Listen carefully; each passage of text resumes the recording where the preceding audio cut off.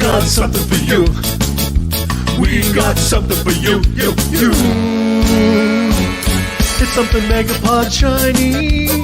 It's wrapped in Megapod plastic. Put on your Megapod jammy. It's time for Megapod-tastic. Megapod-tastic. Megapod-tastic. Megapod-tastic.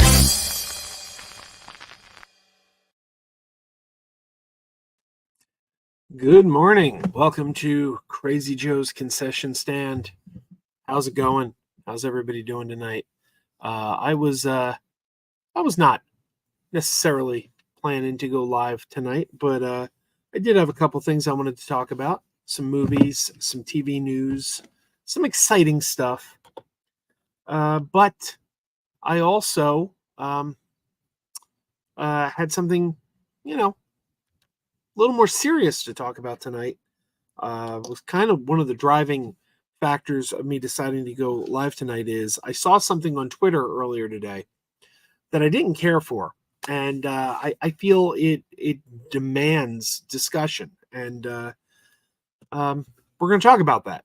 I see Bruce is here. Bruce, I would love it if you can join us. If you wanted to come in, please come in. I'd love to have you be a part of this conversation because I'm going to talk about something that I think is important, and I'd like to get some other opinions on it. So anyone who is on Team MME who has the access to join, please do so. We're currently streaming in 3 places: the Movie Madness Entertainment Channel, Crazy Joe's Concession Stand, and Crazy Joe Adventures. We're in 3 places right now. If you are subscribed to Crazy Joe Adventures and watching on Crazy Joe Adventures, I really, really, really request that you subscribe to Crazy Joe's Concession Stand, because right now I'm only streaming on the Adventures channel to reach the widest audience, but I really this kind of content I want on the Concession Stand. That's where I really would like to kind of keep this content. So I know there's more subs over at Adventures, and I kind of am doing a simul stream to try to draw those people over to the Concession Stand, but I'm not going to simul stream forever. So if you're not subscribed to Crazy Joe's Concession Stand, please do so, because this is where these kind of things are going to happen going forward. Let's take a look at the chat here. We've got Lil Yvette Yoakum, who says, "Hello, Yodelehihu." Thank you for that, Yvette. Daniel's here. Good to see you, Daniel. Retro Machine, who I've been meaning to get together with, but unfortunately a little injury has kind of taken me out of commission. For those who don't know, I'm recovering from a fractured ankle. My foot is currently in a boot, and I haven't really been doing too much lately. Jesse's here. Good to see you. Jesse Sporbrick. Good to see you, Jesse. Happy Gollum is here. Happy to see you. And Happy Gollum just switched channels. Thank you. Again, yeah, anyone, if you are watching on Crazy Joe Adventures, please subscribe to Concession Stand. I need to bring more people over to the Concession Stand. In my mind, Adventures is where I go out and have adventures. Concession Stand is where we talk about movies. So if you're seeing a stream like this where we're talking about movies, that is Concession Stand territory. Right now, I'm going to kind of keep doing these simul streams just to get everybody over. But please come on over here. I'm not going to do that forever, have it in both places. Thank you. Retro Machine says we'll get there. Get well soon. Thank you. I invited a friend of mine who hopefully will be able to join us a little bit later. And I'll save the more important thing because I want to see if anybody wants to join me for that discussion.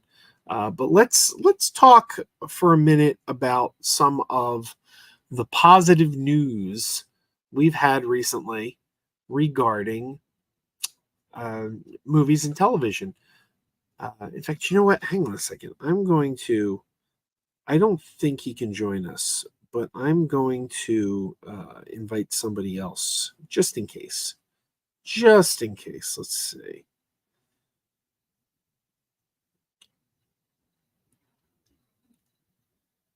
I'm going to say, I know you're probably not available.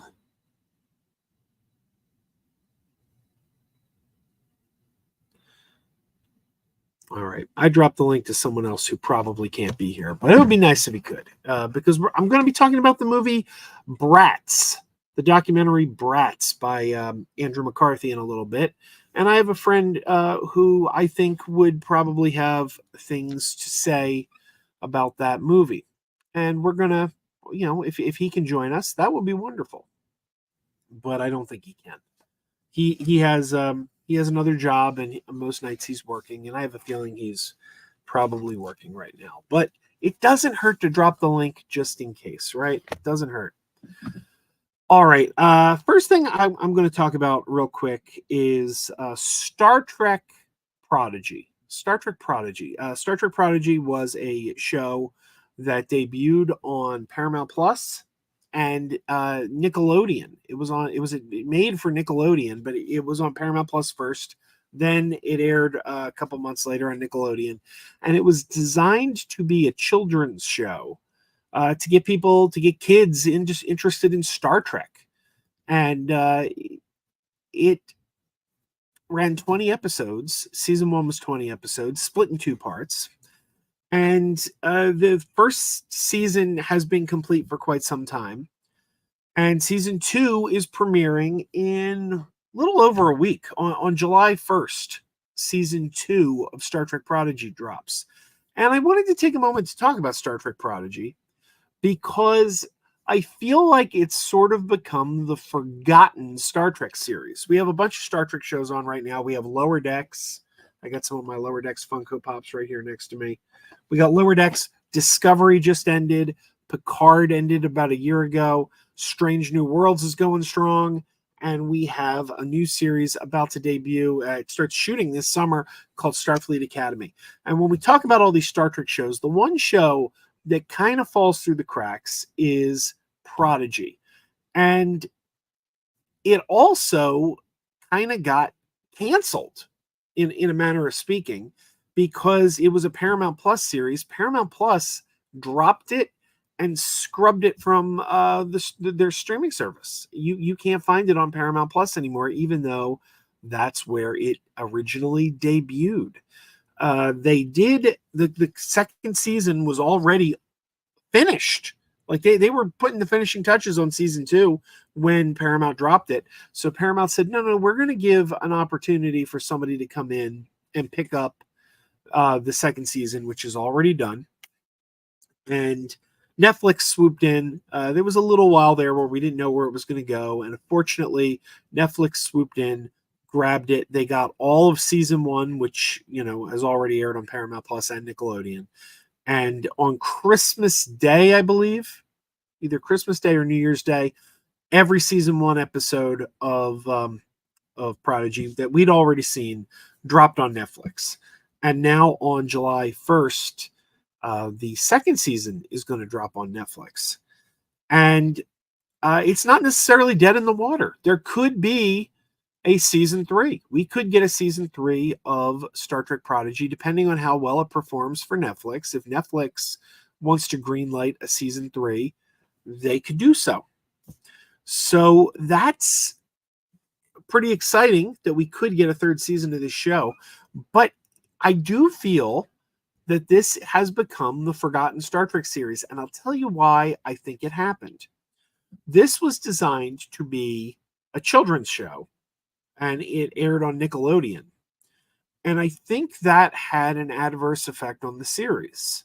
Because if you watch the series, it's not written down to children. It's a very good Star Trek series. It's a Star Trek series that any Star Trek fan, no matter their age, could enjoy. If you're an adult, you can enjoy this show. If you're a child, you can enjoy this show. It's family friendly, but it doesn't write down to the Star Trek fans. And I think by marketing it as a children's series, they caused a problem for themselves because I think a lot of adult fans did not tune in. I think a lot of the adult fans thought, this is for kids. I'm not a kid. I'm not going to watch it. And I think it missed the target demo too, because it was designed for kids. And I don't think a lot of kids did watch it. And I think that's a shame. I think that they didn't get the child audience that they were hoping for, but they also ended up inadvertently cutting out the adult audience because a lot of the adults thought that's a kid's show. I'm not going to watch it. And I've heard people say to me over the years, I wish they'd do a follow-up on Voyager. And I keep telling them they kind of did. It's called Star Trek Prodigy. Star Trek Prodigy features the return of Kate Mulgrew as Captain Janeway. Chakotay has been on the show. From what I understand, season 2, we're going to get the emergency holographic doctor, and season 2 of the show takes place on a new ship called Voyager, the Voyager A. So this series, Star Trek Prodigy, really does serve as a good follow-up series to Star Trek Voyager. So if you're an original fan who liked Voyager, this might be a show you really would dig. And unfortunately, I think by marketing it as a children's show, they kind of fouled themselves up. And I think that's what's happened with Star Trek Prodigy. I think that's why it's become the forgotten Trek series. I didn't think ahead to grab the action figures, but I do have all the Star Trek Prodigy action figures, and I bought a Star Trek Prodigy t-shirt, and I told my wife, I said, any Star Trek Prodigy merch, I'm going to buy it. And I don't do that with every show, but I feel like Prodigy is in such a weird place where it is in danger of becoming the forgotten Trek that I want to support it, and I want to have these figures and things just so I can say, look, hey, look, this show existed, and it was something that was a part of this franchise, and it's not getting the respect it deserves. So anyway, I started, because like I said, season 2 begins on July 1st. I started rewatching season 1. I watched them all when they aired, but now I'm rewatching, and I'm 50% through the season. I just finished episode 10 earlier today. And I'm going to tell you, Star Trek Prodigy is a really solid series. It's a really solid series. It's so solid, even the ultimate Trek curmudgeon, Robert Meyer Burnett, a guy who has loved to trash Star Trek in recent years, has said he kind of likes it. And he's a guy who's trashing everything that the franchise does. And even he has spoken highly of Prodigy. So this is a show that I think fans should be checking out. And I want to say, if you have a Netflix account, if you're a Star Trek fan, if you have a Netflix account, and if you've never watched Prodigy, please go check out season 1. It's streaming right now, every episode, and every episode of season 2 will be available in a little over a week. And if those numbers are better on Netflix than they were on Paramount Plus, season 3 is not out of the cards. We could get a season 3, and I'd like to see it happen. So I would like to encourage everybody, please, please, please, if you haven't watched it yet, and if you're a Star Trek fan, check out Star Trek Prodigy. All episodes now streaming on Netflix, and season 2 is coming on July 1st. Again, it's a perfect show if you're a Voyager fan. All right, let's take a look at some of the chat here. Jesse says, did I see the sad news about Donald Sutherland? Yes, I did see the sad news. I loved his invasion of the Body Snatchers. Of course, I'm a huge Buffy the Vampire Slayer fan, and he was Buffy's original watcher. So those are the first two that always come to mind. Yeah, that's sad to see him go. And, well, he had quite a career. Quite a career that he should be proud of. Strange Marvel Theory says Starfleet Academy intrigues me. Me too. I'm very excited about Starfleet Academy, especially with this cast that has been announced. They've announced quite a cast for that show. Retro Machine says, speaking of Star Trek, are you going to Valley Forge to meet Shatner in September? I've met Shatner a number of times already. I don't know. I keep asking myself, do I have anything else I need to get signed by William Shatner? And I mean, because it's pricey. It's pricey to get a Shatner autograph. I keep thinking, well, it's now or never. I mean, the guy is in his 90s. If you want to get an autograph from him, time waits for no man. Now's the time to do it. But I don't know. I've already got a couple autographed pictures of William Shatner. I got my picture with Shatner. He signed my free Enterprise poster. I already mentioned Robert Meyer Burnett. Robert Meyer Burnett wrote a movie, or wrote and directed a movie called Free Enterprise. I love that movie. William Shatner starred in it. He signed my poster. So I've already got a couple signatures from Mr. Shatner. Good to see you, Keely. Welcome. Welcome. Steven says, have I seen the Indiana Jones and the Circle game trailer? I have not. I don't really pay too much attention to video game stuff, or at least not modern video game stuff. Vinny to the K says, hey, I loved Resident Alien season 1. Watched it every week as it came out on Sci-Fi. Yes, that's another topic I wanted to talk about. We're going to be getting to that shortly. Resident Alien. James Borland says, honestly, Joe, trashing elements of a franchise isn't inherently a bad thing, so long as the reason is understandable or not parroting others for clout. Yeah, of course. Of course. I'll always be here to bash the Star Wars prequels.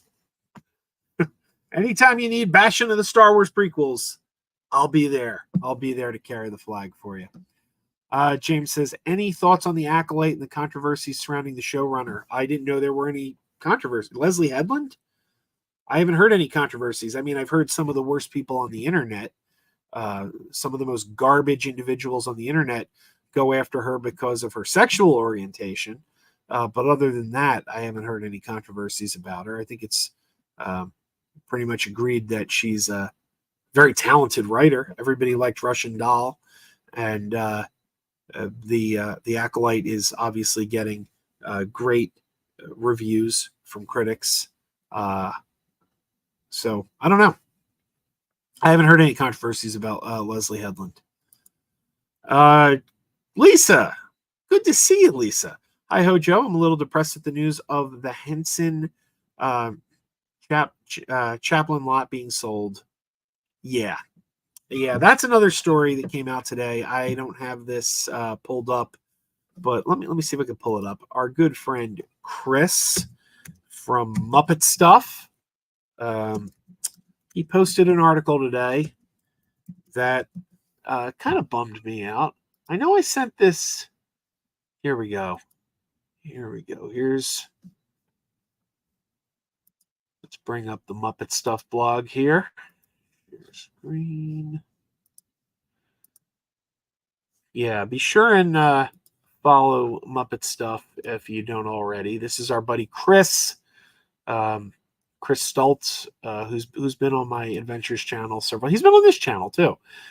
Breaking news: Henson and Company selling historic Chaplin Studios. According to the Wrap, the Jim Henson Company is in the process of selling their iconic lot, previously known as A&M Studios, and before that, Charlie Chaplin Studios.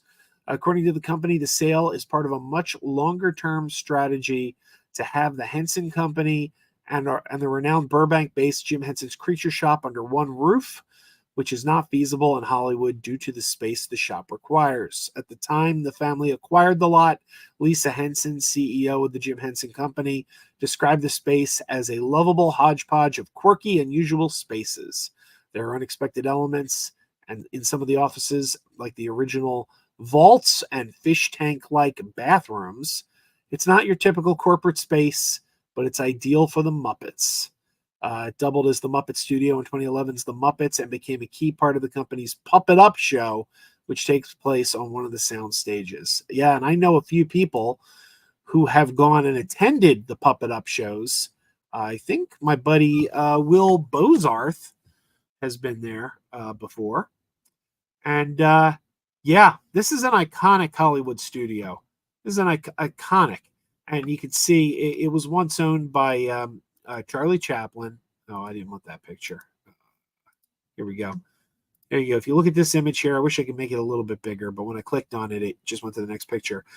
There is a Kermit the Frog statue on the roof, dressed like Charlie Chaplin. I've driven by it. I don't go to LA too often, but I have driven by the Henson Studios and seen the statue.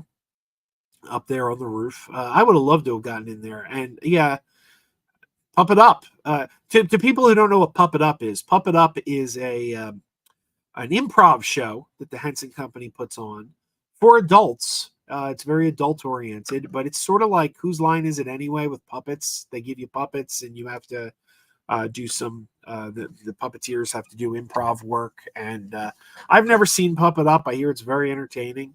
My friend Grant Bachoco has performed in it before. He's a puppeteer.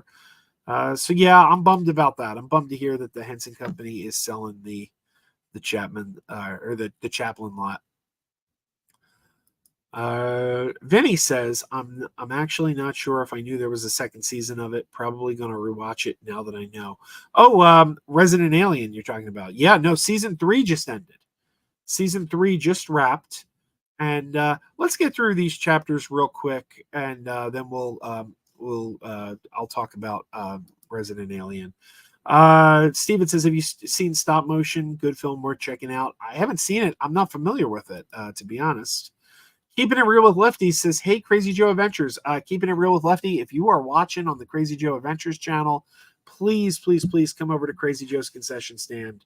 I'm asking everybody, if you're not subscribed to Crazy Joe's Concession Stand, please subscribe. That is where I'm going to be doing live streams like this going forward.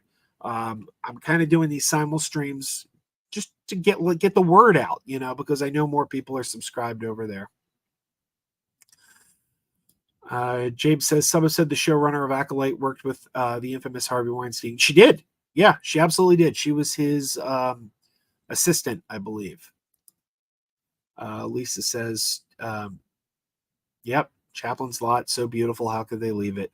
Well, from a logistics standpoint of what they need to do, I think I understand why they're doing it, but I'm of course disappointed. And Anthony's here. Good to see you, Anthony. All right, guys, I'm sorry. I'm going to skip over some of these comments. Oh, look at this. Anthony says Inside Out 2 is going to hit 1 billion next month. It's going to be Dune 2 this Sunday or Saturday. That's fantastic. Hey, the one and only Mr. Noah Kaiser is here. Good to see you, Noah. How you doing, Joe? All right. How are you? I'm great. I just got back from going out of town with the girlfriend to go and see a movie and did some shopping. Oh, you're going out of town to see a movie? What movie? Well, we went out of town to go and see The Bike Riders because my theater chose to only keep Inside Out 2, but they're doing a 2D showing in one theater and the 3D showing in another theater all week long. Oh, that's terrible. But, I mean, I love Inside Out too. Don't get me wrong. I love that movie, but it's a shame they don't have more movies there. I wish they did, but oh my gosh.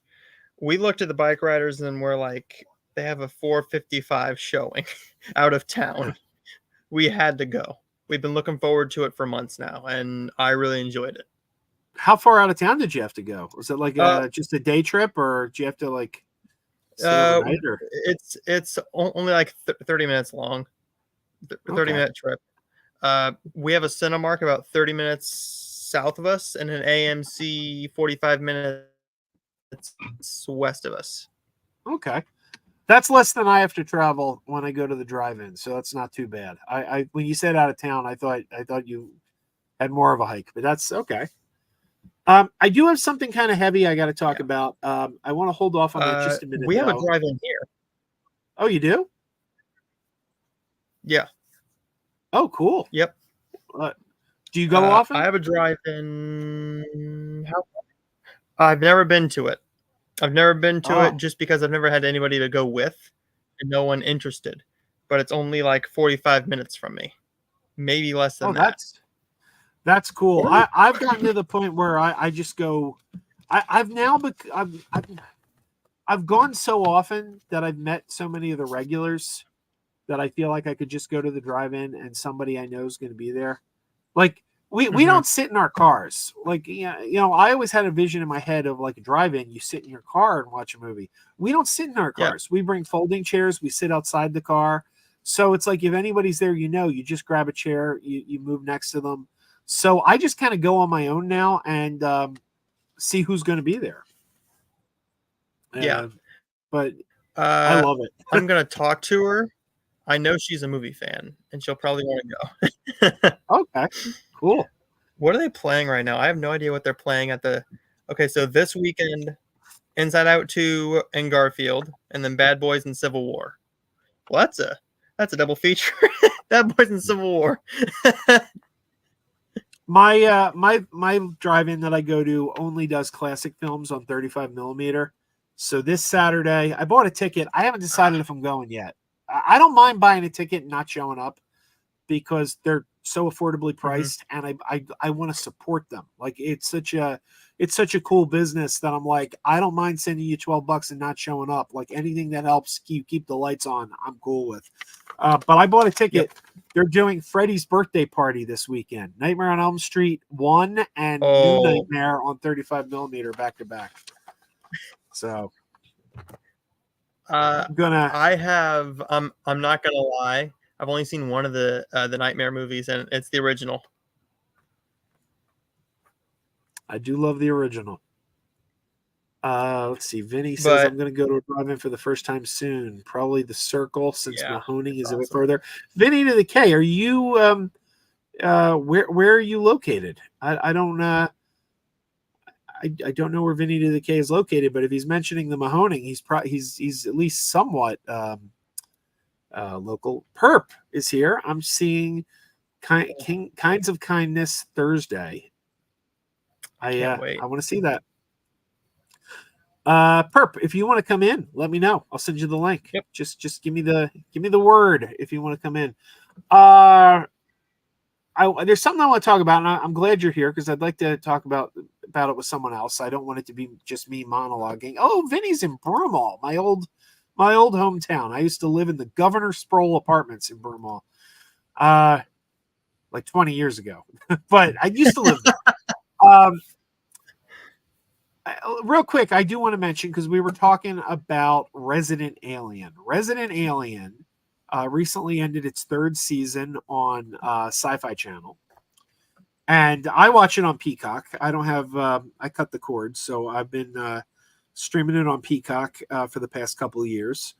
But they just wrapped season 3.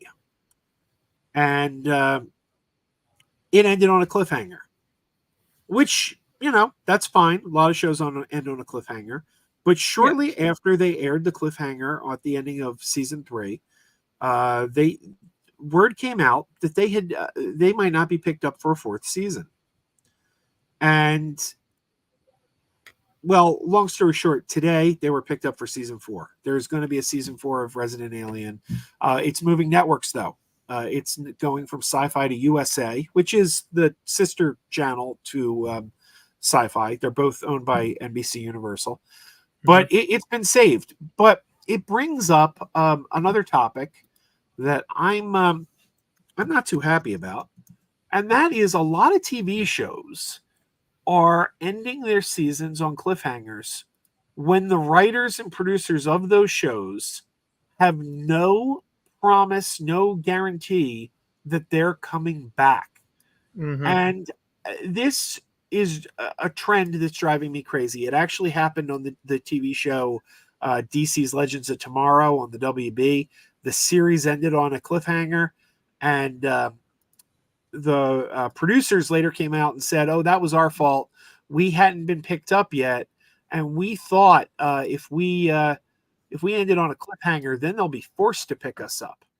And I'm like, well, that's just pretty crappy because you screwed the fans. Hey, Perp. Hey. So I sent this tweet out today to the official Resident Alien Twitter account. I said, I'm so happy you're coming back for season 4, but please, for the love of God, do not end seasons on a cliffhanger if you don't already know prior that you're coming back. It's the fans who suffer when shows get canceled without resolution. This is something I feel pretty strongly about because it's happening a lot lately. And it seems like, especially with these streaming shows, Netflix has done it a few times. These Netflix shows end and they have a cliffhanger ending. And then Netflix is like, we're not going to do anymore. Have you guys noticed this trend, and is it driving you as crazy as it's driving me? One show that did it that I binged. It's not a new show by any means, but it's one of my favorite sitcoms of all time, and it happened with Soap. Soap ended on a massive cliffhanger, and I got so angry because I've got sitting right here next to the computer. It's funny you should mention it. yes. I remember watching that, and I got to the last disc. I'm like, okay, I probably have another 2 or 3 episodes left. And what happens at the end is she gets shot, and it's like, next time on Soap. And I'm like, okay, cool. We get to the very end of the credits, and it goes back to the menu. I'm like, what? Is that it? And I got so angry. Do you know what is even more annoying about that is Soap had a spinoff series called Benson. Mm-hmm. And Benson outlived Soap. Like Benson, when Soap got canceled, Benson stayed on the air. They could have at least wrapped it up on Benson. They could have had the characters just do a guest appearance, and they did that with Millennium on the X-Files. When Millennium got canceled, they wrapped up the Millennium story on the X-Files. So you could do that. That's always one where I'm like, if you could just give me one more episode to wrap it up, I would have been happy. Not watching a lot of new shows. The last time they did it on a cliffhanger where I was a little bit angry was with a CBS show, and it was Carol's Second Act with Patricia Heaton. They ended that on a cliffhanger, and I got very angry. Yeah, it's a shame. Like these guys, I like. I don't know if anyone was watching the new Quantum Leap. New Quantum Leap was excellent, but the new Quantum Leap at the end of season 2, they did not have a pickup for season 3, and they ended the show in a really great way that serves as a closing. Like I don't feel like I'm missing out on anything. Like you mean resolution. But it also doesn't close the book. So if they had gotten picked up, there's more stories to tell. And I'm like, that's the way you do a final episode if you don't know that you're coming back. So I'm really glad we're getting more Resident Alien, because this show's brilliant. But I hope that the writers have learned their lesson and don't do this again at the end of season 4. Unless if USA tells them ahead of time, oh, you guys are a lock for season 5. They did that with Chucky, right? I haven't finished the recent season of Chucky because they took that long break because of the writer's strike, and I saw the first half of the season, but not the second half. I haven't seen it, but I've heard they might have done some sort of a cliffhanger again. I stopped after the first 4 episodes. I'm not even going to lie with you. I stopped after the first 4 episodes because I just lost interest. You mean the first 4 episodes of the show, or of the season? Of the whole show. Okay. See, I loved season 1. I really, really liked season 1 of Chucky, but I've been interested less and less with each passing season. Like I feel like it shouldn't have been a series. So, especially since we have another movie coming out that's in the same universe as the show. Well, I know Perp only had a couple minutes, so I want to talk about something that I saw today on Twitter, and I invited her to join us. I said, hey, I'd love if you'd like to come talk to us tonight. I'd love it if you could join us. And she did not respond. But Maggie Lovett, she's she's a writer. I don't even know who she writes for right now. But we follow each other on Twitter, and she does a lot of Star Wars articles. She's worked for some major publications. Actually, let me find her credits so I can tell you who exactly she works for. Let's see. She lead news editor at Collider. She's a member of SAG-AFTRA, Critics' Choice. She's a Rotten Tomatoes critic. So she's a professional. And she put this tweet out earlier today. Woke up to DMs telling me to kill myself, rape threats, replies calling me slurs that don't even apply to me, and people telling me to get back in the kitchen. Just an average day in the Star Wars fandom as a woman. Yep. I've been on some streams lately with people who I like and respect. I don't want to trash anyone. Good people that I think are decent people, who have questioned whether or not there really is sexism or racism in Star Wars fandom. They've said, "Well, I never saw it." Here it is. I mean, this is a professional writer for Collider, a Rotten Tomatoes critic, a member of SAG-AFTRA. She's a professional, and she's just saying right out what she experiences. And when these people tell us this happens, we need to take them seriously.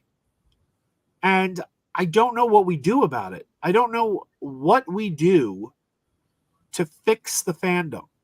I don't know if you can fix the fandom, but this kind of stuff has to stop. And I don't know how we make it stop. I'd love to hear your guys' thoughts on this. With sexism in any fandom, really, but especially with Star Wars, I really noticed it with Rose. Rose got the brunt of it as soon as she was brought into the Last Jedi. That was the main thing where everyone was just hounding on her and telling her to harm herself and kill herself, and slurs were said. She got the brunt of that hate for that film, undeservedly. I love Rose. I love all 3 of the sequels. What we do to fix it, I don't think we can. I think we can combat what people say with our professional and well-intended thoughts, but with fandom, 95% of the time, it's either it's their way or they want nothing to do with it. I would rather they have nothing to do with it then. Mm-hmm. I would rather people like this just leave the fandom, go away. I say you're not welcome in the fandom if this is the way you're going to act. Because if you're a fan of something, for me, if you're a fan of something, you do not hurt any part of that world. Because in essence, if you are saying anything awful towards anyone in the show, to me, you don't respect that product at all. You don't respect their art because they made that. They thought that she was the best person to do that. And in this case, I don't know if she wrote something on it or if she was in the show. But either way, it's not like she hurt the show by itself. Are you referring to Maggie? Yes. Yeah, she now hasn't worked on Star Wars, but she's just a fan. She's a very big fan of Star Wars. She posts about it a lot on Twitter. Okay. So for me, it's fans whining. But here's the thing, right? With the Star Wars fans especially, and with the Marvel fans, they're two in the same. I've seen this many, many times. If she says she likes the Acolyte, 1, she's either lying, or 2, she's just flat out wrong. To the fans who hate it, there's no in between. And if you like something that they don't, it's not like us, where we're like, hey, I wish you liked it. I like it, and that's awesome that you don't like it. But just let me enjoy what I like. For them to do that to her is just plain out disrespectful to her as a person, but less important than that is to the fandom as a whole, because it's giving the fandom a bad name. Yeah. Because everyone sees this and they think, oh, all Star Wars fans are like that. Even though this is the loud portion of them, it's literally only probably 10% of the millions of fans. I agree. Perp, what are your thoughts when you see something like this? Yeah, I do. It's very kind of similar to what Noah said. I think when I see stuff like this, I do. It's why I even got into this space from the beginning, because I'm a, I do my own thing, right? And then I saw like the amount of hate going on against the Rose Tico character or actor. I don't. Is it an actor or is it a character? I don't even know. Rose is the character. Rose, yeah. And like the actor themselves were getting like such hate, and I was like, whoa, this is absolutely like. That's why I jumped in, because I feel like I have experience where it's like a lot of the leaders of these movements have no idea what the F they're talking about. Like they just don't. Then they don't and when they're using buzzwords like story, and they're saying story bad or story good. So it's like it's very easy to just break it down. And if I could just get in those spaces, like if I could just, that's why a lot of these people end up in echo chambers.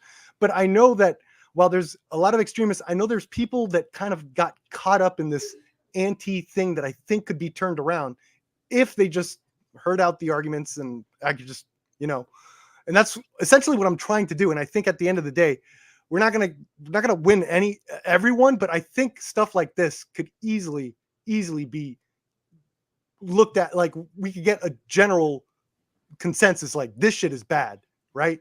Even from like people within those groups, right? They just don't know this is happening, or they don't believe it, and they're getting caught up with terrible arguments that could easily be debunked once you go step by step of what exactly they're talking about. So like my whole thing, like why I'm in this space is like I want to actually try to debunk that. Like I'm being like less confrontational in terms of like calling people out specifically. It's just like, yo, give me the arguments. Like what is so inherently bad about this? And I think I could like debunk it and use my experience of like how this stuff is usually made, maybe not to this larger scale, but more or less, productions work the same way, Mm-hmm. Yeah, no, I agree. Going back to like when people say, like we heard people, obviously Perp, you and I have talked about this. We're both enjoying the Acolyte. But we've heard people saying, this destroys the franchise. It destroys the franchise. And my thing is like, if one TV series, if 8 episodes can destroy a franchise, were you really a fan of that franchise? Were you ever really a fan? Because I have things that I love. Like let's go to my beloved Star Trek. I love Star Trek. It's my favorite thing in the world. And I don't like all Star Trek. There are some really lousy episodes of Next Generation. I mean, season 1 of Next Generation is pretty terrible. I was never a huge fan of Voyager. There's a couple really bad movies like Star Trek Nemesis and Star Trek Into Darkness. So I don't like everything that franchise has produced. But when I see a bad movie, when I see a bad episode, my attitude isn't, it's all destroyed now. It's all destroyed. My attitude is, well, that one sucked. I hope the next one's better. 9 times out of 10, it is. 9 times out of 10, the next one is better. Because they're not all going to be winners. Next Generation, I think Next Generation is the most popular Star Trek series. And nobody likes season 1. Nobody likes that season. So, don't get me wrong. Somebody somewhere likes that season. I know. But generally speaking, the fans always talk about how garbage season 1 was. So, if I hate it, I didn't like Andor. Andor didn't ruin Star Wars for me.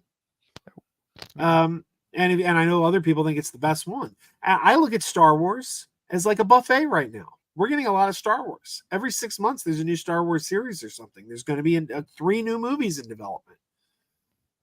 If you don't like one, fine. That's okay. You don't have to like all of them. But there's another one coming down the pike that might be more to your liking. If one thing can destroy your entire love of the entire franchise, then I don't know that you were really a big fan of the franchise to begin with, if that was all it took to just tear it all down for you. No, that's the way I see it, though. Look at this. Brucifer says, season 1 of Next Generation, some of the worst Trek in history. He is not wrong. Oh, boy. I'm not even gonna lie to you. I haven't even seen probably 2 episodes of Star Trek. I've seen the first episode of the very first season of the original Star Trek show, and I loved it. And I just haven't gone back to it because I don't own them. Yeah, and you know, it's an intimidating franchise to get into if you're not already a fan, because there's so much of it.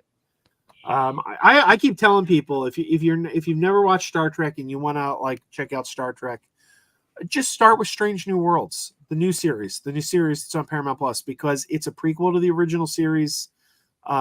It's kind of going back to the beginning, and it's a good jumping in point. It's very good entry level Star Trek.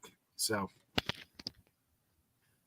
oh boy, yeah. Vinny to the K says, not only do I not agree with these people's hate and opinions, I personally never get that worked up about fictional stories and IP. I might criticize if I don't end up liking something, but it's never that serious. Well, here's another thing that's kind of frustrating is that I think while I am enjoying The Acolyte, I could see the flaws and I could see a lot of the stuff that I think it'd be worth talking about. Okay, why isn't this part working? Why isn't this aspect working?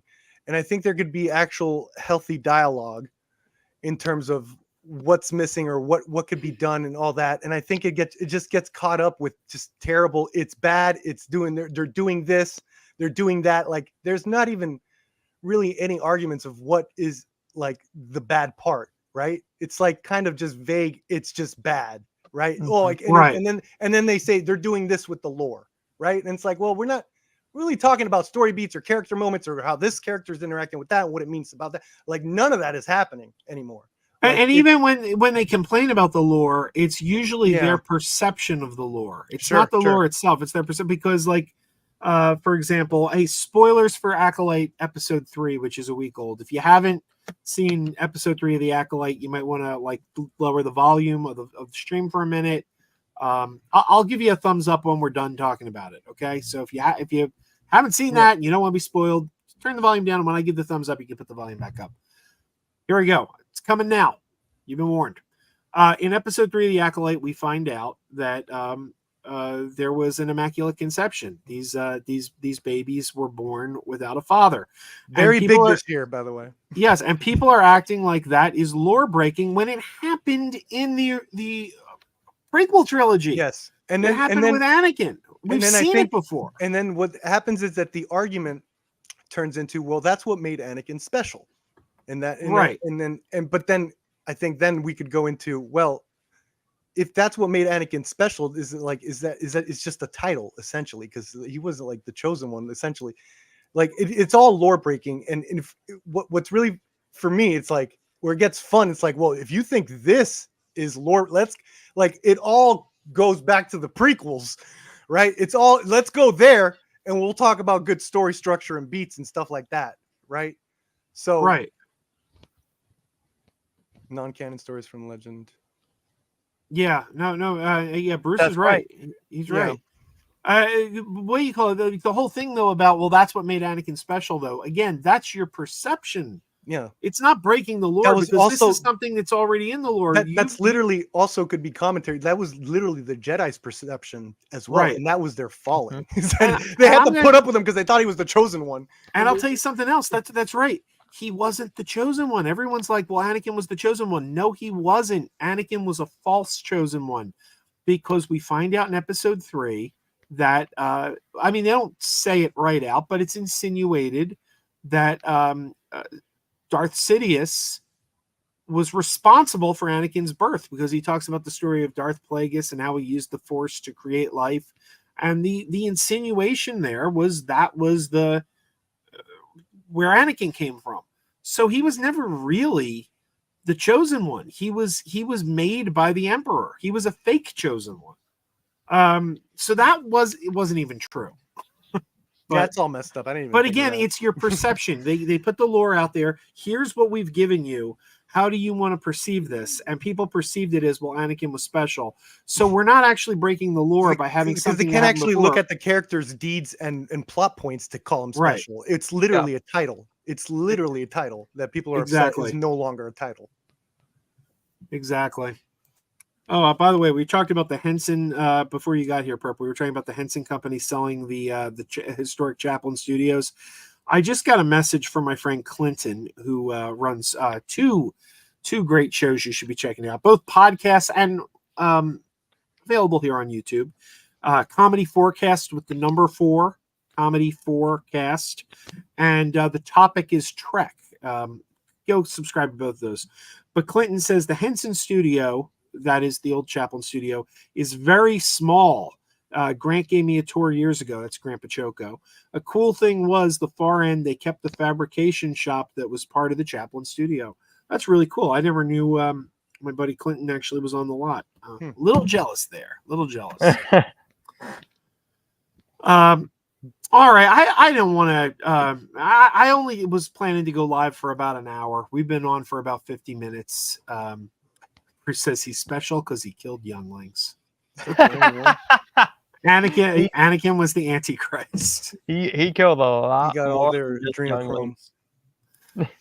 Kevin says Star Wars Acolyte will get renewed for season 2. I'm not sure because it's a murder mystery. Is there anywhere to go after season 1?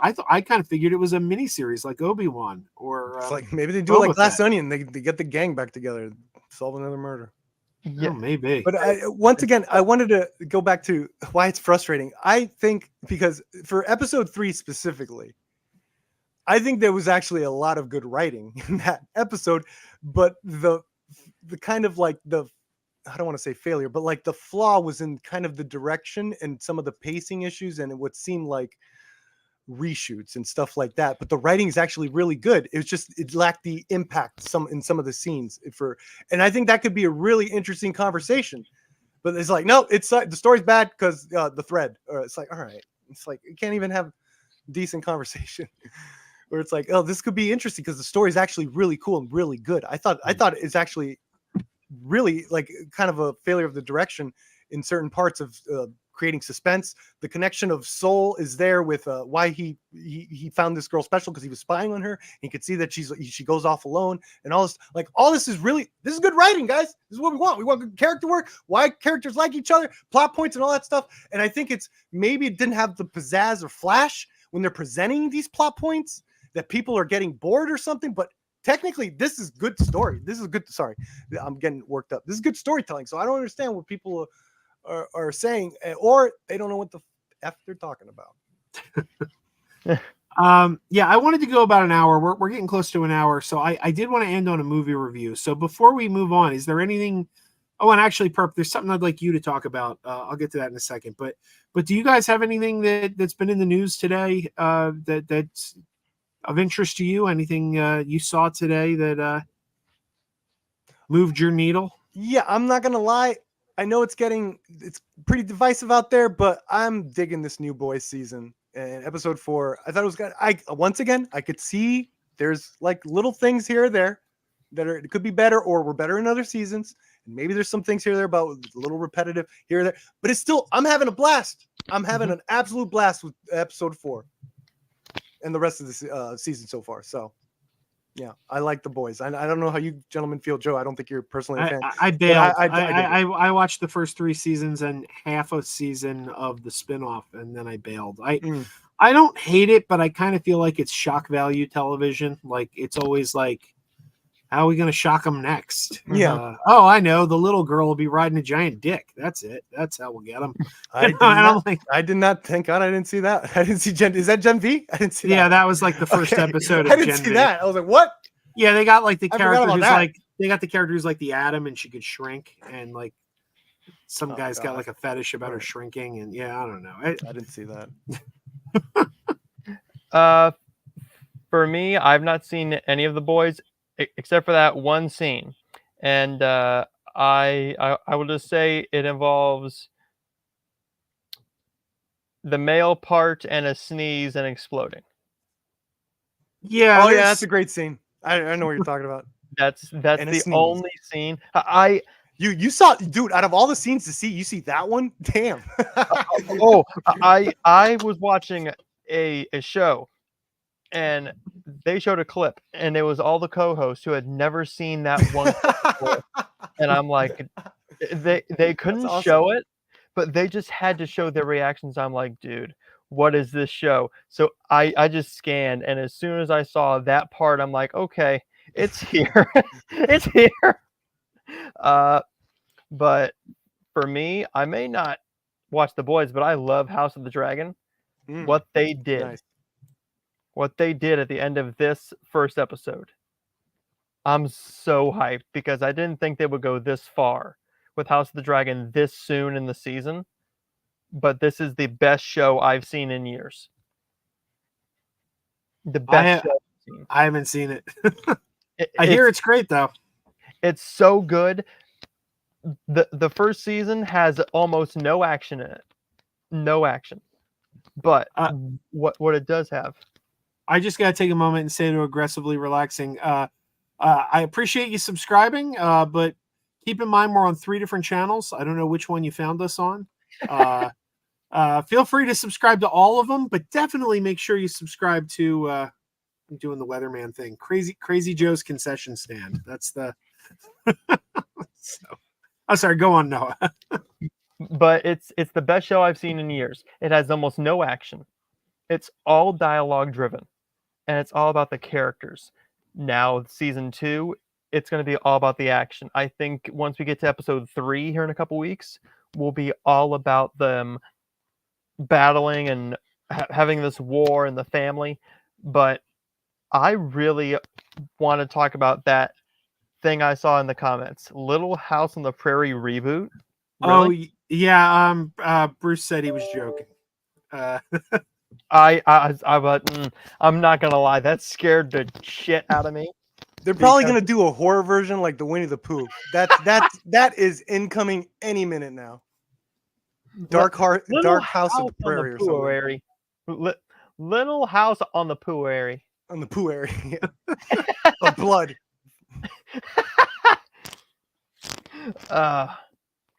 What do you guys think about the surprise of Inside Out 2 making $300 million opening weekend worldwide? I'm thrilled, and I gotta say, I said this before on an MME stream. I think Bob Iger made exactly the right move when he came in, because when he came in, the box office was down. I keep saying under the Chapek era and during COVID-19, they trained audiences to stay home by giving all these Pixar movies away for free. They trained the audience to wait for streaming. And he came in, he knew he had to get the box office back. And what did he do? He greenlit all these movies that are and people are complaining, oh, he's leaning too heavily on IP. He's leaning too heavily on sequels. But you know what? That's what you got to do to get the people back in the theaters. Going to the theater, and I know John Campea Bad said Boys this did a lot. the same thing the week earlier. Yeah, John Campea said this a lot on his show during the pandemic. He said going to the theater is a habit. People go once a week. It's very habitual. And when the habit broke, people didn't get back in the habit. So you need to get people, you need to give them something that's going to get them so excited that they're going to go back, and we need to make it habit forming again. Once you got them, then you can start getting experimental and doing more original IPs. And I hope they do more original IPs. Sure. But right now, we got to get them back. And I think Inside Out 2, Frozen 3, what else? We got Moana 2 coming. And people... Toy Story 5. Yep. And people keep going back and saying, well, why are we getting another Rey Skywalker movie? Why are we getting... Because the last one made $1 billion. That's why he's going back to the proven winners, the things that have been huge hits for the studio. That's how you get butts in seats. And I think we can see, and we'll when Moana 2 comes out in a few months, we're going to see, one movie is one movie. We need to see if it's a trend. So let's see how Moana 2 does. But I think that Iger is making exactly the right moves here to get butts in seats. And one movie, but it looks to me like it's paying off. We'll know better at the end of the year when we've got Moana under the belt too. We'll have 3 though, I think. Oh God, Wolverine. Yeah, obviously Wolverine's gonna be big. Oh, 4. Then we'll have that and The Lion King sequel, Oh, that Mufasa. that, Yeah, that prequel, Barry I Jenkins. guarantee Let's you go. a $1 billion. that's a guaranteed. that's a weird one though, because it's like Ray Skywalker, because it made $1 billion the last one, but everyone claims they hate it. Everyone's like, "Oh, the Lion King remake was garbage. I hated it." It's like, well, everybody went to see it, so it's like somebody must have liked it, because you don't make $1 billion unless you have repeat viewing. Like people have to go back again and again. I live in my own little island. I guess we all do for certain properties. And when people were saying, "Oh yeah, Inside Out 2 is like guaranteed moneymaker," I was always like, I don't know, man. I'm like, and that's only because I personally was not interested, you know? Yeah. Happens every once in a while. For the most part, I could get perspectives, but for this one, I was completely off, and I couldn't be happier that I was completely off, because I've been out there supporting, I saw TV Glow, Monkey Man. I've been seeing all these movies, man, and I've been trying to support. And it's like, I'm glad that one movie I'm not interested in, it's like, it's still, and the same thing happened with Bad Boys. I didn't see it in the theater, and it's like, I'm glad that movie's banking. Thank you. Like, so I'm really happy about that. Yeah, not interested in those movies, but well, I'm interested in Bad Boys, but not in the theater. I was probably going to watch it digitally. But Inside Out, I never saw the first one. Not going to see this one, but I'm super happy. I'm glad. I hope it gets to $1 billion. Keep going so we could get my weirdo movies out there as well. I don't care what people go to see. If they're going to the theater, I'm happy. Like, I know there was an incident on Twitter about a year ago that people made more of it than it actually was. But there's a great YouTuber. I like the guy. I like the guy quite a bit. Mid-Level Media. I don't know how many of you are familiar with Mid-Level Media. Yep. I like the guy. Great. I follow him. He follows me. There's no bad blood between us. But I gave him a hard time because he said something I disagreed with. He was encouraging people not to go see Exorcist Believer. He was like, "We don't need another Exorcist. Please don't go see this. Please don't give us your money." And I said, "Don't do that. Don't root against the box office. We need people to go to the movies. Don't tell people not to go to the movies." Who had the right call there? Because the next Exorcist movie is with Mike freaking Flanagan. So someone like, that's awesome. But people were giving me a hard time, and they're like, "Well, what about you? You said you didn't like The Nun 2." I'm like, "Yeah, I hated The Nun 2. Love the fact that it made a ton of money, because it means people went to the theater. I went to the theater to see The Nun 2. I'm not telling you don't go to the theater to see it. Go see it. Go see anything that interests you that you want to see. For God's sakes, go see it." I went to go see Dogman, which no one saw. It was me and my girlfriend and two other couples in that theater. And then I'm so disappointed that First Omen bombed. That movie should have been a hit. It's a horror movie. That's embarrassing for horror films. Horror films are not supposed to bomb out there, people. Please go and see The Bike Riders. It's a phenomenal movie. It's 2 hours, and it feels like a classic 50s style gangster film. So sort of. How's Tom Hardy in that one? He's phenomenal, but Austin Butler's the standout. Oh, really? Damn. He stands out, but Tom Hardy as Johnny is the main character, but Austin Butler outshines everybody. Mm-hmm. Tom Hardy's accent comes in and out too much, and he pulls a Hardy. It's like he's overacting. He's overacting. What is it with that guy lately? He's venoming everything now, because it's Capone movie too. He's Venom. And I have to say, if you want original movies, what do you have to get? You need the sequels. You need the IP in order to make the money to make your Wish. Yeah, and they take chances that way. Yeah. A Lightyear. If you want original stuff, you have to go and support the big budget stuff and not complain about all the sequels. But everyone says there's too many sequels. Look at all the movies coming out. The Bike Riders. I Saw the TV Glow. Kinds of Kindness. Everything coming out. There's more original movies than ever before. And all everybody goes to see is all the big budget stuff, because they know those characters. They know it's money. They know that IP. So if you want those original titles, like I love all like the small obscure movies that make almost no money, because you get the underrated performances in them. You get the actors that we absolutely love, like an Austin Butler and a Tom Hardy, but they're showing their acting range. With Venom, he's good in Venom, but if you see the Bike Riders, he's actually acting.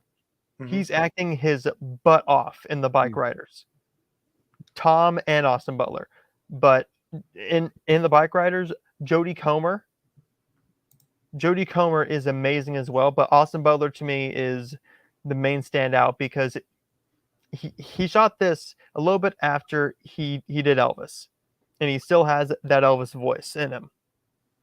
I think he shot this right after he did Dune Part 2 as well. So he hasn't lost it completely yet. But what he does here is he can cry on cue like no one I've ever seen. And he makes you bawl. I was not connected to this character and what happens to this certain person. Seeing that man cry when he told his wife he couldn't cry and she's never seen him cry in all these years together, that is what broke me. The way he can show his emotion with no dialogue and act like I've never seen from someone this young who's only done 3 major films. He's going to be a massive star for years to come. All right, I'm gonna have to check it out. That one, I saw the trailer, but it really wasn't on my radar. But I'm gonna check it out based on your recommendation. Right now, it's my 11th favorite movie of the year out of Holy crap. 84 I've seen. What's your number one? My number one is Dune Part 2. I'm I don't know. I'm right there with I saw the TV Glow and what else? There was a couple. I mean, like I really liked what do you call it? The Fall Guy, though I don't think that was my favorite. And I really liked Argyle, but I don't think that was my favorite. I'm going with First Omen or Challengers. One of those two. Oh, Late Night with the Devil. That was Late my Night with the second. Devil. That Late was Night the with one. the Devil. It's probably First My- Omen, Challengers, then I saw probably second so far. My top 5 is Doom Part 2, If, Inside Out 2, Bratz, and very surprisingly, I don't know why this hit me as hard as it did, but I loved the film on Netflix called Mother of the Bride.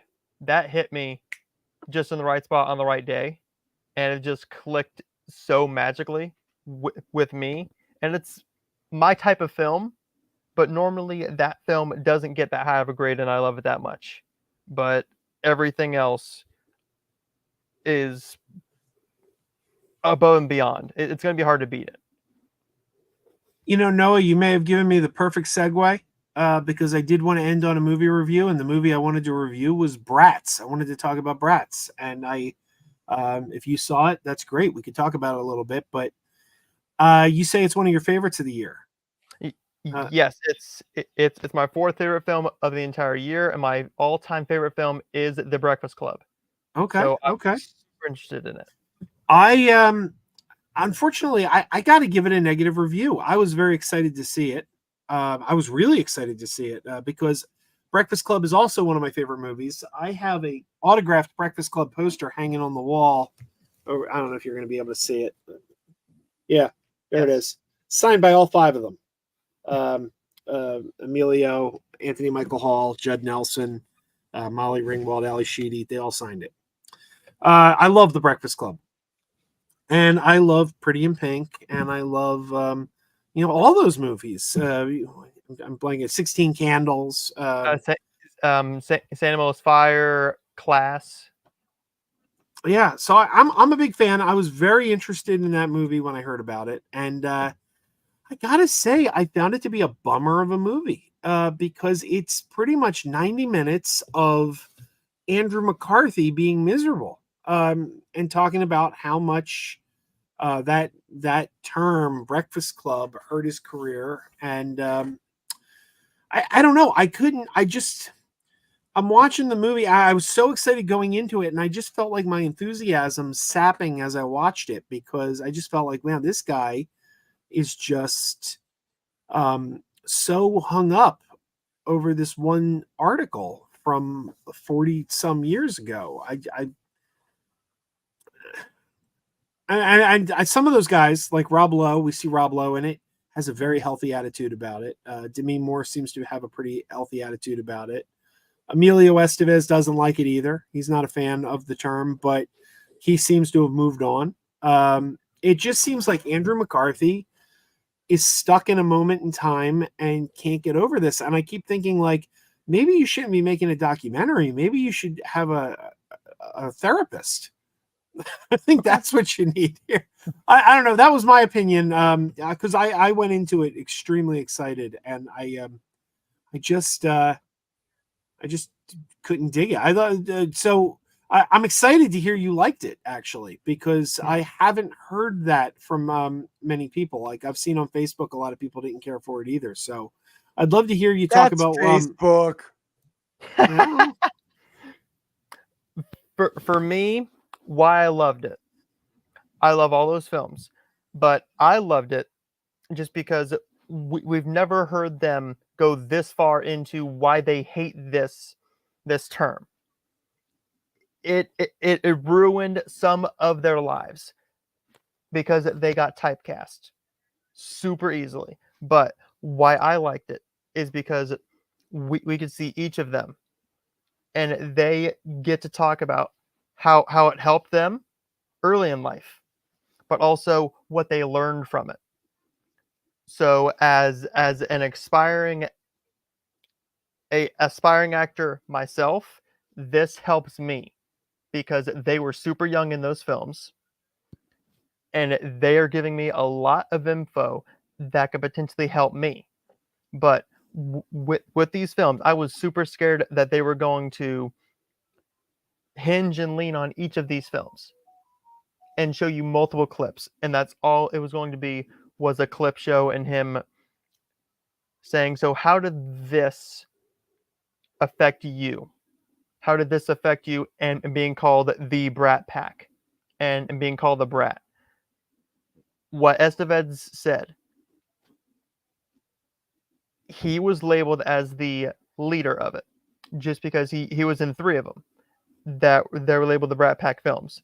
The Breakfast Club, St. Elmo's Fire, and apparently Young Guns, what was considered a Brat Pack film, oddly. I don't know why it was. I never considered it one myself. No. He just said that it's considered one. He doesn't know why, only because he's in it.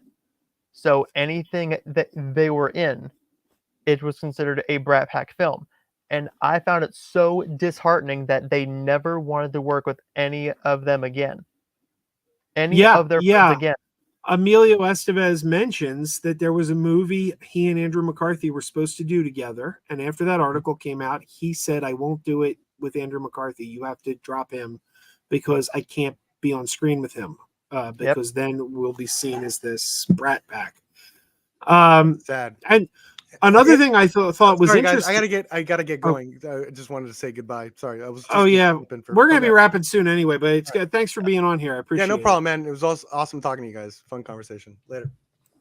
See you, man. The other thing I thought was really interesting was when they were talking about how they don't even know who the Brat Pack were. They're having disagreements about the Brat. Like they're asking John Cryer, were you a member of the Brat Pack? And he's like, no, I wasn't in the Brat Pack. Then they asked Leah Thompson. She says, I was Brat Pack adjacent. Honestly, I think for being honest, I think there's only one reason Leah Thompson was in the movie. And that's because he interviewed her husband. Like, it's like, I'm interviewing your husband. Oh, Leah's here. Let's get her in the dock. Molly Ringwald and Judd Nelson shot me down. So that's just one other person to talk to. Molly, I'm not surprised because her being in the Brat Pack and labeled in the Brat Pack hurt her career so much because she couldn't get any roles besides that really affected her upcoming star. But she's more than willing though to do conventions and appear on panels like she'll do Breakfast Club panels and things at cons. So it doesn't seem like she is I don't know if it's just the words. Like, I don't know if you mention those movies, she's fine with it. But if you call it Brat Pack, that's where she draws the line. Mhm. I don't know. It's interesting. It is interesting. So I would have loved to have seen him try to get like a